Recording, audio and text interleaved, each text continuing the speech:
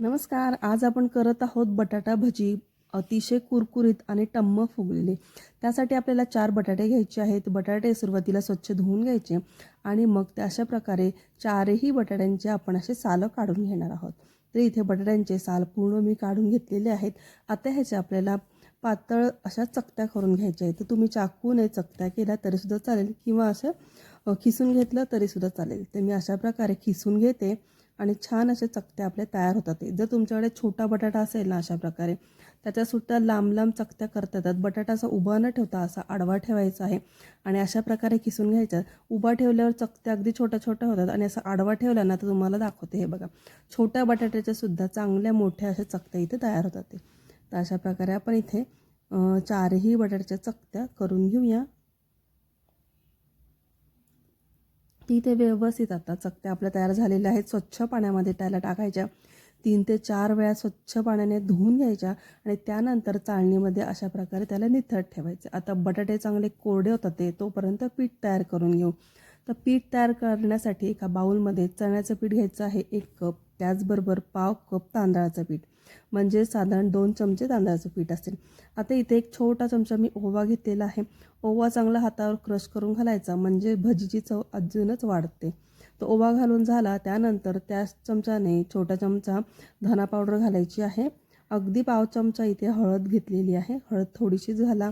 त्याचबरोबर तिखट घालायचं आहे. छोटा चमचा आहे म्हणून थोडंसं तिखट मी अजून टाकते. साधारण म्हणजे इथे या छोट्या चमच्याने 1.5 चमचा. मीठ घालायचं आहे चवीनुसार आणि हिंग घालायचं आहे अगदी पाव चमचा. कोथिंबीर घालायची आणि हे चांगलं कोरडं सुरुवातीला मिक्स करून घ्यायचं आहे. तर ह्यामध्ये पाणी घालायचं आहे. तर पाणी घालताना हे चांगलं मिक्स करून झाल्यानंतर आपण अगदी थोडं थोडं पाणी घालायचं आहे आणि सुरुवातीला या पिठाच्या गुठळ्या मोडून घ्यायच्या आहेत. गुठळ्या मोडून झाल्यानंतर मग नंतर थोडं थोडं पाणी घालत आपल्याला पातळसर अशी याची स्लरी तयार करून घ्यायची आहे. अशा प्रकारे पीठ चांगलं आपलं तयार झाल्यानंतर ह्याला 2 मिनिटासाठी अशा प्रकारे फेटून घ्यायचं आहे. त्याने आपले भजी छान हलके फुलके तयार होतात. पीठ आपलं व्यवस्थित तयार होतं म्हणून मी इथे 2 मिनिटभर असं पेटून घेतलेलं आहे. हे बघा, अशा प्रकारे आपलं पीठ तयार झालेलं आहे. आता व्यवस्थित पीठ तयार झालं आहे. तर पीठ कसं परफेक्ट पाहिजे तुम्हाला मी दाखवते. हे बघा, चकती पिठामध्ये बुडवायची आणि तुम्हाला थोडं जवळनं दाखवते मी. आणि चकतीवर असं पीठ छान कोट झालेलं आहे आणि बोटाने असं पीठ आपण जर बाजूला केलं ना तर पीठ आपलं बाजूला होतं आणि बटाटा आतला दिसतोय. जर तुमचं असं पीठ समजा पातळ झालं असेल तर डायरेक्ट तुम्हाला चकती दिसून येते. असं पीठ बाजूला करायची सुद्धा गरज लागणार नाही. आता असं पीठ आपण हाताने बाजूला केल्यानंतर आपल्याला बटाट्याची चकती दिसते, म्हणजे पिठाचं कोट व्यवस्थित या चकतीवर आलेलं आहे. असं आपलं पीठ पाहिजे. जर पातळ असेल तर थोडंसं ह्यामध्ये कोरडं पीठ घाला आणि व्यवस्थित करून घ्या.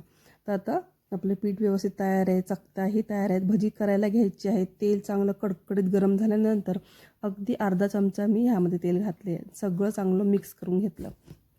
आता आपल्याला भजी करायला घ्यायची आहे. तर चकत्या या पिठामध्ये बुडवून घ्यायच्या. अशा 4-5 जेवढ्या तेलामध्ये बसतात तेवढ्या बुडवून घेतल्यावर त्या अलगद अलगद उचलून तेलामध्ये टाकायच्या. हे बघा, अशा प्रकारे.